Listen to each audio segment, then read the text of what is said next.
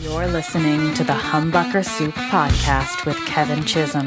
If you love guitar pickups, pedals, and parts, you've come to the right place. So sit back and enjoy the ride. We're very pleased to have Don Morris with us today. Don is an electronic engineer with a fascinating career spanning 42 years in the music industry. If you purchased a brand new MXR Phase 90 pedal between about 1980 and 1983, Don's engineering work was part of your sound. In addition to his 4 years with MXR, Don spent more than 20 years working with the Yamaha Corporation. Don is also the founder of Electroplex Amplifiers, famous for their Rocket line of combos and head models, which range from 22 to 90 watts. In fact, Electroplex Amplifiers were featured on two Rolling Stones albums, Voodoo Lounge and Bridges to Babylon. I don't think too many people can make that claim. Welcome to our podcast, Don, and thank you for finding time to join us. Well, thank you, Kevin. I'm very happy to be here.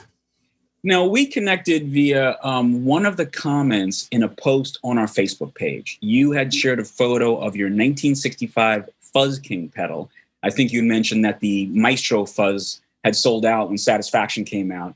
So I kind of wanted to start there and ask you to tell us a little bit about your beginnings as a guitarist and your memories of guitar technology at that time. Oh, wow. Yeah. Back then, I started playing guitar because my older brother played, and I was about 9 years old, and that was 1958, and was really excited to play a guitar, having taken alto saxophone lessons through the school. Guitar just seemed like a whole lot more fun. So I went in that direction. And then I believe it was 1960, the Ventures came out with the Walk, Don't Run hit. And my brother said, "Hey, Don, look at this." And he showed me the four intro chords to that. And the hair on the back of my neck stood up, and I had to learn that, and he taught that to me. And from then on, I was hooked. I really was. Would you say you were particularly a fan of kind of like the surf sound, or just that just happened to be the first tune that you really got you into it? Yes, that was the first tune I happened to get into, although I enjoyed earlier guitar music from the likes of Link Ray and others. But that was the first one that I guess you could say hit the top 10. Sure. On the charts, and was played on the radio all the time. So I had to learn it, and from then on, it was I was open for business. I didn't really know at the time that it was a surf song, but that was a very very pleasing sound at the time. So jumping to 1965, which I think is when the song Satisfaction came out, right? And that's when you bought that Fuzz King pedal. When you think about that very time, what are your memories of guitar technology, particularly like pedal technology? Well, that was the Fuzz tone, and that type of pedal was it. I mean, there was no wah pedal or no compression. That was it, and the concept of plugging something in between the guitar and the amp was new to many of us, at least on when we were amateurs back then, and it was really exciting. Oh my goodness, a new sound. And so I went on a quest to find one. And they just were, like I said, they were just totally out of stock. I think they were back ordered till the 2000 or so. So the salesman sold me this Fuzz King, which is basically the same circuit. And they go for silly money today, but it's a neat old fuzz sound. And what really gave me the bug to get one was I went to see the Stones in '65 during the Satisfaction tour, and they were launching into the song. And I could see Keith stomping on the pedal and talking off stage, obviously to some sort of an amp tech. And the amp tech came in, running out, and he had another one, and he plugged the new one in. And they threw the other one in, and I jumped up and said, "I want that one. Give me that one." But it turns out he had it plugged in backwards. He had So it wasn't just us amateurs. I guess we were all learning at the time. In a way, it was probably as new for him as it was for about anybody else because they just didn't exist before that. That's exactly right. Yeah. Yeah. So at that point, so now you're a teenager, and what would you say led you to want to have a career in engineering? Did your experiences with guitar and with messing with pedals kind of play a role in that? Oh, very much, Kevin. I was always messing around with the insides of amplifiers and insides of guitars, and just try to get a little shade of difference of sound. And it always appealed to me. And once my amplifier broke down, and I looked inside, and I saw. Luckily, it was an obvious thing because I had really no knowledge of electronics. I was able to fix it. So I figured, yeah, this is fun. I really had a sense of self-satisfaction. So I decided to try something. I had at the time I had a 64 dual Showman with the 215s and ultra clean sound, which was great, but I wanted to sound dirty.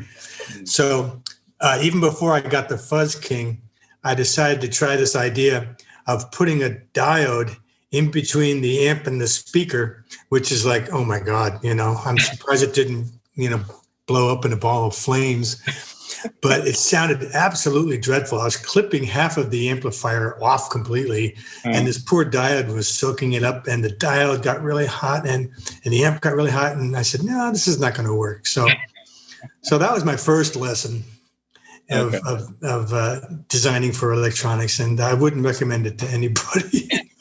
And when you mentioned seeing the Stones and the Satisfaction tour, I think I remember reading that you actually saw Jimi Hendrix a few times. 4 times, totally. Wow. Yeah. And so with Jimi Hendrix, do you have any memories along the similar lines in terms of the kind of pedals he uses and what your reaction was, being that, again, pedals were not they were very new for everybody at that time? That's right. Well, by then it was well known that his pedal board consisted of a fuzz face, the wah-wah, and a Roger Mayer Octavia, and that was about it. Mm-hmm. And so I would watch him on stage, and the first time I saw him was in '68, I believe, and it was in a small club, and I was real close to him, and I could see all that he was doing with his pedal work. And he started the concert with a kind of a prototype version of Voodoo Child, that intro lick, and a little bit different. And then he stepped on his fuzz tone. I mean, his fuzz face, and all of a sudden, Thor's hammer came down upon all of us, and it was like, holy mackerel! It was, all those Marshalls and overdriven front end. It was just, it was nothing like we'd ever heard before. I mean, not even close. Okay. Yeah. So then. I was really thankful to be so close because I wanted to see what he did for the solo for Purple Haze, because I would struggle through it. I mean, I would just look at my hands and I barely make it through, and a couple of flubs. And then I'm gonna watch you, guy. I'm gonna see how you do this. Mm-hmm. So he goes into the solo. He steps on the fuzz face. And he does all hammer-ons, as if he knew I was watching him. And and he covered it perfectly, note for note, while he was, kind of doing a Gene Simmons tongue action at the girls in the front row. He was barely thinking about it. I hope that doesn't make the cutting floor. But I was impressed, I was amazed, and I was mad.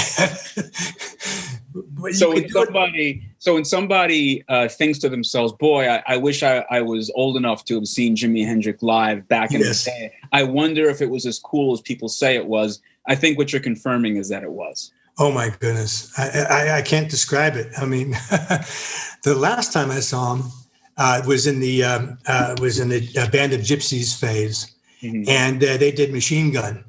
Mm-hmm. And when he did the ticka, ticka, ticka, ticka, ticka, the machine gun sounds. His body was moving like it was being riddled with bullets. I mean, it was like holy mackerel, the guy's being shot. And he was, I mean, his command of not only his pedals and his guitar and his amp, but his body. I mean, it was just awe-inspiring and a thrill to behold. Now, I can imagine that, obviously as a guitarist, that had tremendous effect on you, but did that also continue to make you think, I want to be involved in this, not just playing the instrument, but I'm curious about how these things work, and I'd like to work in that arena. Did it affect you as an engineer, aspiring engineer, as much as a guitarist? Yes, I must say it did. In fact, the last time I saw him, I was in my second year in college at school. So I definitely wanted to learn more about, okay, what's the contribution of the amplifier versus the pedals, and how can you get that ratty, fuzzy sound and that warm, overdriven sound at different times. So I really wanted to dig into that. And now, 30 Seconds with Ed. Hello, my name is Ed Malaker, and in the next 30 seconds, I'll be explaining why a humbucker has so many wires. The 4 colored wires plus 1 bare wire that you will find on many modern humbucker pickups can be confusing to someone new to guitar electronics. To understand why there are so many, we need to look at the construction of the single coil pickup. Single coils are essentially a coil of copper wire wrapped around some steel posts with a magnet attached to the bottom. The copper coils beginning and end are the 2 wires you will see when installing these pickups in your guitar. A humbucker contains 2 single coils, so you have 4 wires. Now that I've explained the 4 colored wires, what about the bare wire? This wire does not connect to either coil and is not directly related to the sound. It grounds the pickup chassis and prevents RF interference. Now you know why a humbucker has so many wires. Thanks for listening.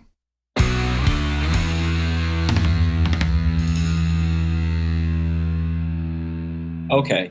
And so speaking about your experience at MXR, I wonder if you could tell us a little bit about your memories working there, and in particular, what you remember about MXR's role in the pedal market. And I'm wondering if you can remember thinking, hey, I'm really in the right place at the right time. Did you feel as though your work was possibly affecting an entire generation of guitarists, or did you think it's just a gig, it's a nice place to work?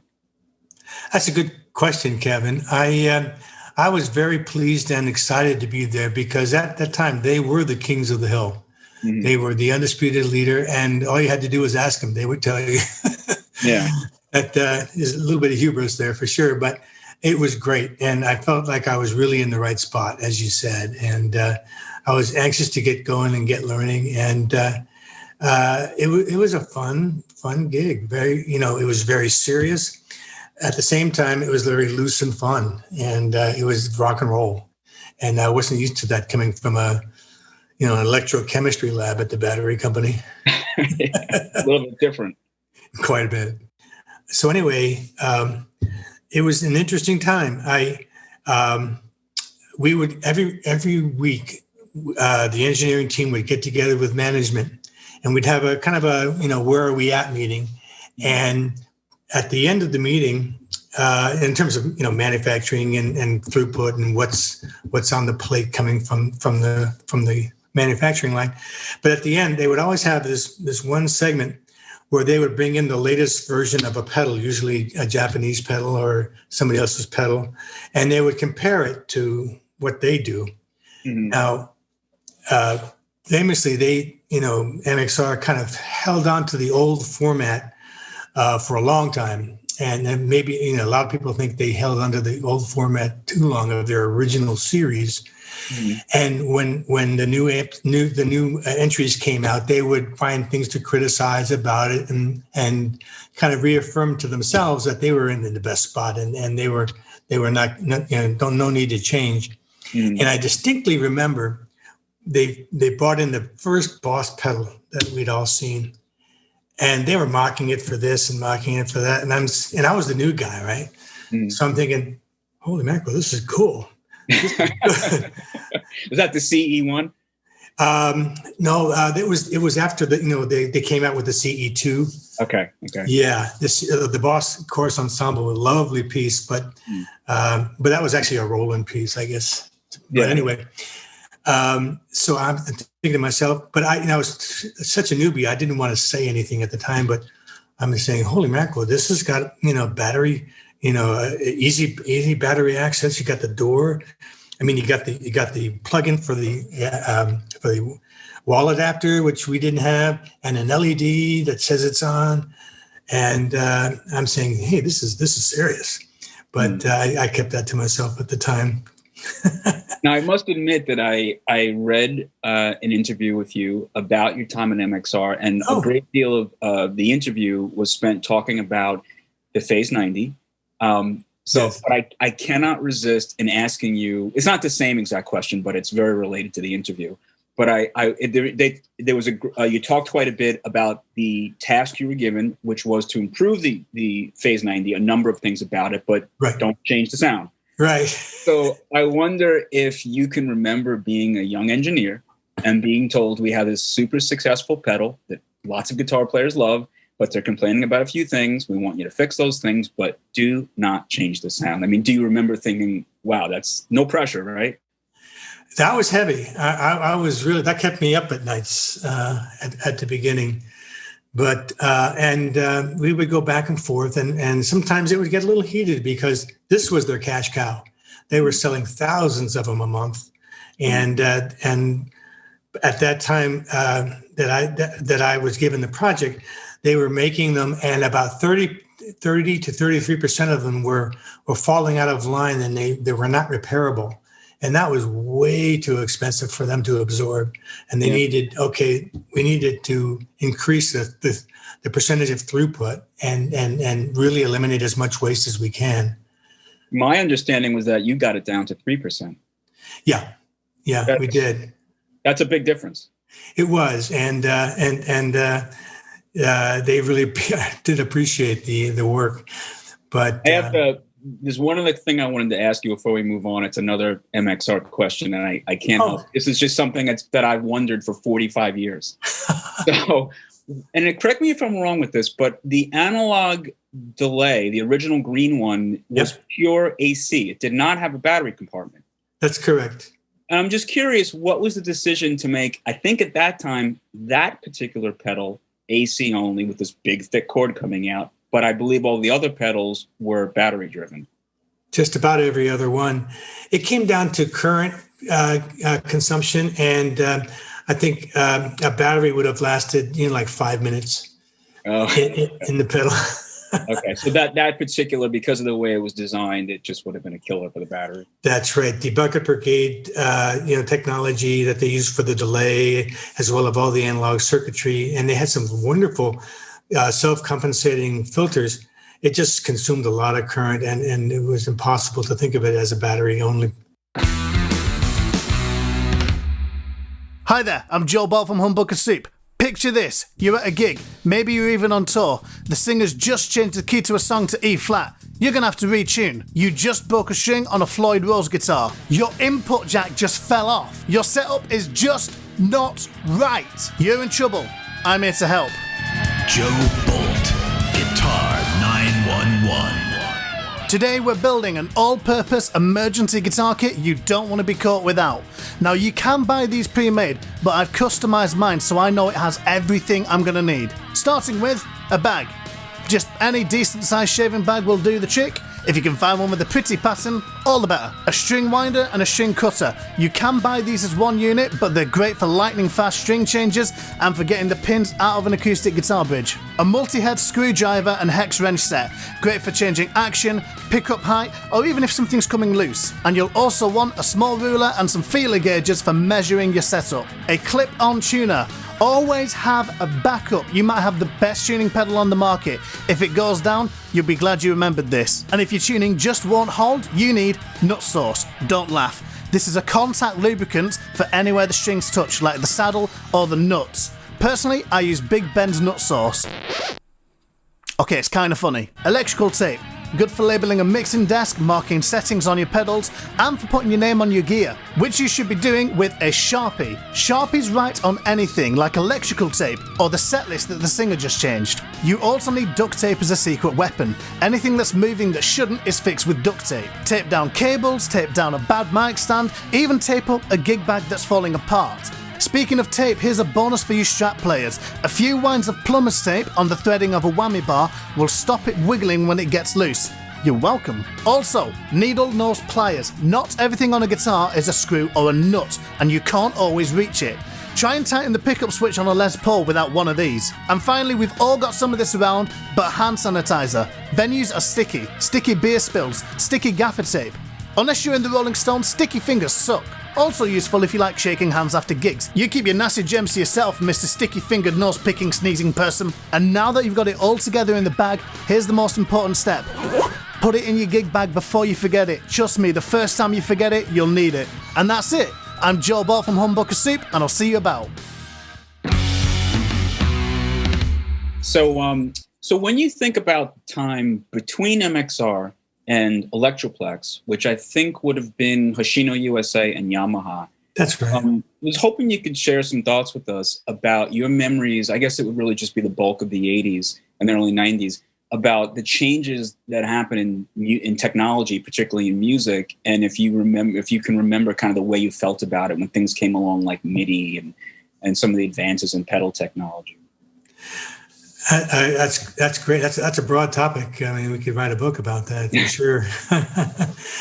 Well, yeah, the 80s were fun. They everybody was getting into the pedal game, and Boss was now successful, and so was Ibanez. They had come out with the TS-808 and the 9 series, and so they were elbowing their way into it as well, and also rack systems were becoming popular with the Eventide products and the early MXR rack delays and EQ units. Guitar players were kind of getting plugged into all of those things. So it was getting really wide open in a hurry. Do you remember having any particularly strong reaction to, for example, rack technology when you saw guitar players having these towers behind them as opposed to a floor pedal? It just seemed awfully complicated, and things, it was just like, I don't know, can the average guitar player really get their mind around these things? Not to downplay it. Well, I always thought to myself, don't you pretty much have a clean sound and a dirty sound most of the time? There you go. That's it. But everybody were trying new things, from ring modulators to, oh my goodness, some of the other products. Some of the Neutron stuff was really popular. The simulated Leslie effects and all kinds of fun things, chorus as well. And so people were beginning to look both in the rack systems and into pedals for these answers. And in the beginning, all the fancy stuff was in the racks. They weren't able to cram a whole lot into the pedals. Yep. But I remember at Hoshino, we were in head-to-head competition with the Boss line, and the Tube Screamer was doing well, and some of its later configurations were doing well. But then Boss came out with the heavy metal pedal, and everybody went wild in Japan and said, we got to do this. We got to do this. Mm-hmm. So they came out with something called the Super Tube Screamer, which ST9, and it just wasn't cutting it. It wasn't quite there. It wasn't as meaty. It didn't have as much gain as the HM2, the Boss pedal. Mm. So they asked me to help them, evolve the ST9, the Super Tube Screamer, into something that could compete on this equal level with the heavy metal. Mm-hmm. And so that was the one time I really got to do some design work with the guys at Hoshino and the Maxon group who did all of their pedal work. Mm-hmm. And it was a lot of fun. I was able to include a corporation of a couple of my ideas into what came to be the super metal distortion pedal, the SM9. And it It was the blue sparkly one that they made. And so they discontinued the Super Tube, which made it really rare and silly expensive now. But the Super Metal was one I'm pretty proud of. So now that that's 30, 35 years away, would you be comfortable telling us anything from that time that you felt, oh, this is a really bad idea? You mean from design from overseas? Is that no, just from that particular time, like from the 80s when things were really exploding and people were with all kinds of stuff. Well, I'll have to give it some thought. I think the funny thing at Hoshina was that every once in a while they would want to change the name or add a slogan to their catalogs or to their campaigns, and it was something that just did not translate well into English. Oh no, don't say that. I think one of them was they wanted to really be strong and show you how you can be successful playing out with these products. So they came out with the line Ibanez, crush your gig. So we said, nah, let's no. Okay, this is a segment we're calling Ask Humbucker Soup, where we answer questions submitted by listeners and readers. Today we have Tyler Conahan with us. Tyler's a guitarist, singer, producer, composer, and engineer based in Los Angeles. Tyler's also a Humbucker Soup content creator, and he wrote our podcast theme. Tyler, I've got a microphone question for you. All right. When recording guitar, will a $1,000 microphone sound dramatically better than a $100 microphone? Right off the bat, I'm going to say I don't believe so. I've always been taught that it really matters what you're doing with a microphone, not how expensive the microphone is. And for guitars, I've typically stuck to inexpensive microphones for most of my career. One of the slight exceptions, I would say, would be the Royer 121. It's a ribbon microphone, and that's often used in jazz or like solo guitar recordings if you want to get a really full-bodied tone. There are also plenty of alternatives to that ribbon microphone that are much cheaper than $1,000 that also sound really, really great. But as you probably know, and as a lot of people listening probably know, the Shure SM57 is pretty much a standard in the recording industry for guitar amplifiers. And so, that might cost $100 or less, depending on where you buy it. And, it sounds fantastic. It's become, like I said, an industry standard, and it's been used for many years on countless records in countless genres. So, if that says anything. And what you're saying makes sense to me, but I'm wondering if you've ever been standing in the studio and have been forced to give this explanation to a guitar player who's saying, hey, how come you're not using that super expensive mic? I wrote this really great song. Yeah. You would think so. It seems that that guitarists sort of know too when it comes down to recording their guitar, and really they just want to hear the same tone that they hear from their amp coming out of the monitors when we're all done. And if I know that I can capture that with the 57, then I'm going to do that. I've never really gotten questioned for it. So I guess maybe I've gotten lucky this far. Who knows? But, the 57's done me well over the years. If you have a question for one of our experts, we want to hear from you. Just send an email to askhbs@humbuckersoup.com or send us a message via our Facebook page. We'll see you next time.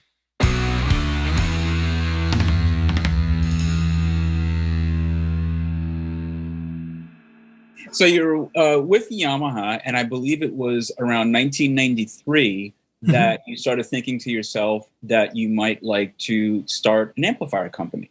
Right. So I wonder if you could tell us a little bit about the origins of, this would be the beginning of Electroplex Amplifiers. If you could tell us sort of how it came to be and what led you to think this is something I'd like to start spending my time on. Sure. 93 was a time when, for amplifiers, at least in our area of the country, Southern California, the twin reverb was king. It was the amp to have. It was loud, it was clean, and if you tried to get it to overdrive, you basically had to clear the room because it was so darn loud. So, you have no friends. Right. Where'd everybody go? So I had a friend who's a bit had kind of a famous name in the music business, Trevor Wilkinson, and he was a buddy of mine that I met. I believe during the Hoshino period, during the Ibanez period, because he did some work for Ibanez. And so he moved to Southern California, and he was doing his own thing called Guitars and Concepts. And so he was looking for a place to live, and the house that I was living in was open for rent. So Trevor moved his family in next door, and we started talking about amplifiers and how, you know, the twin is king and nobody can afford Marshalls. So what can we do, you know? And so what we decided to try is, okay, let's build something like a twin, you know, 212, 90 watts or so, but make it so that it could sound, you know, completely overdriven at low volumes. And so I got an old chassis of some amp, I forget what it was. And I think it was a Sundown amplifier. And we started with that, and it was a 90 watt amplifier. And Trevor and I kept going back and forth through the most 93.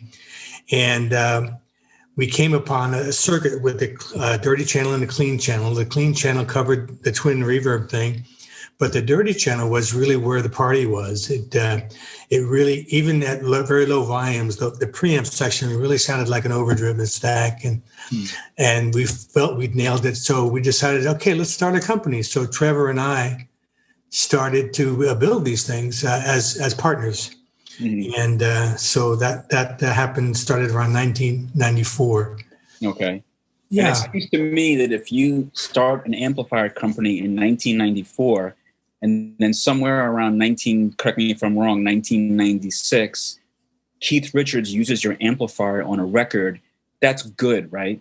That was great. I'm just checking. Well, that was thanks to Trevor too, and his connections with Pierre, the guitar tech for Keith, and we slid a 212 Rocket 90, the original model, in, and they absolutely loved it. And he played all through Voodoo Lounge on that one. So it was a big feather in our cap, and because at that time we were basically very unknown and was having a hard time, finding dealers to take our line in the States. And my understanding is that even though you knew that he was going to use it, during the several months he had it, you never really knew what was going on. So you kind of had a little birdie on the inside giving you the scoop on whether it was actually being used. Well, that was more in the second time. I think it was 96 or so, or maybe a little later. He borrowed a 50 watter for the Bridges to Babylon album, and I had a friend who was the piano tuner who went in every morning to tune the piano, the grand piano, whether they used it or not. And he said, "Yeah, your amp's right in the middle with all of Keith's other." He had like prototype Dumbles, and he had Fenders of all types and Marshalls. But he said not only Keith, but even Ronnie Woods and even Mick plugged into it a little bit to lay some overdubs on the album. Wow, that's amazing. Yeah, it's pretty wild. Wow. And then you get the amp back and it's got cigarette burns in it, but you're not upset. Yeah, that son of a gun. Those cigarette burns probably doubled the value of the amp right there. I would say so. But it was really interesting because then my understanding is that not long after that, Guitar Player Magazine did a kind of boutique amp shootout, kind of about 20 or so amplifiers, and yours came in the top 3. That's correct. Yeah, it was, again, at that time, that was 98, I think. Okay. And 97, 98. And we had success selling the amplifiers in Japan. We had a very good distributor out there, but still we were just not making any headway here in the States. So I figured I had nothing to lose. I had heard that the folks at Guitar Player were doing this boutique amp shootout. And I figured, well, I've got nothing to lose. I'll just send one up there. It was the Rocket 50 4x10. And I couldn't believe what they said about it. It was a remarkable review, and they put it in the top 3. And it was an interesting way that I had learned about its effects on the business. In that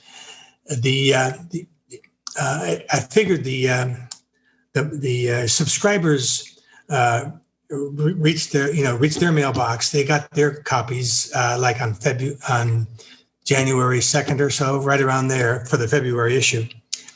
And that evening, the phone started ringing off the hook. I mean, it was just like boom, boom, boom, boom. And people just had to look, find out where can you get one.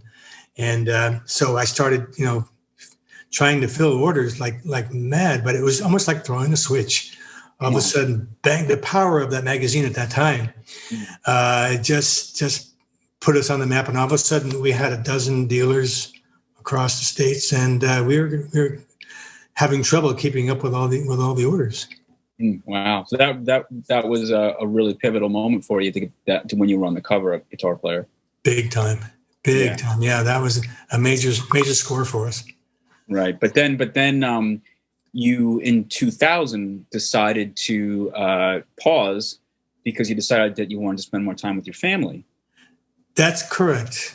I had we had grown the company to a point where it was a go big or go home. In other words, pull out a second mortgage and just go big and sign off the rest of my life to build amplifiers, or spend time with my family for a while. And I did the latter only because I was the crabby guy in the garage, inhaling solder fumes, and my kids and I were growing more and more kind of distant. And so I figured, no, this is not right. And at the time I was still working at Yamaha, so I still had all my benefits and all of that. So I figured, let's just put this on hold for a while. And it was the best decision I ever made. The kids and I have 2 kids, a daughter and a son, and we're very close now. And I'm so thankful that I made that choice. Don, one other question I had about the time that you paused Electroplex in 2000. What were the challenges of starting it back up once that you felt it was time to get the company going again? Well, that's a good question too, Kevin. Several. We had just gotten ahead of steam by the year 2000, and we were pretty much almost not exactly household names, but guitar players knew the name, and they knew particularly our rocket logo, which is very iconic, and that was designed by Trev Wilkinson, and so that when people saw that, they knew exactly what they were looking at.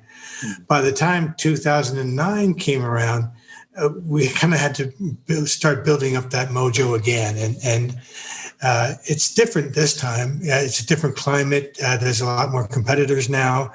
A lot of wonderful boutique amps out there, and even some of the big guys are doing some fantastic things as well.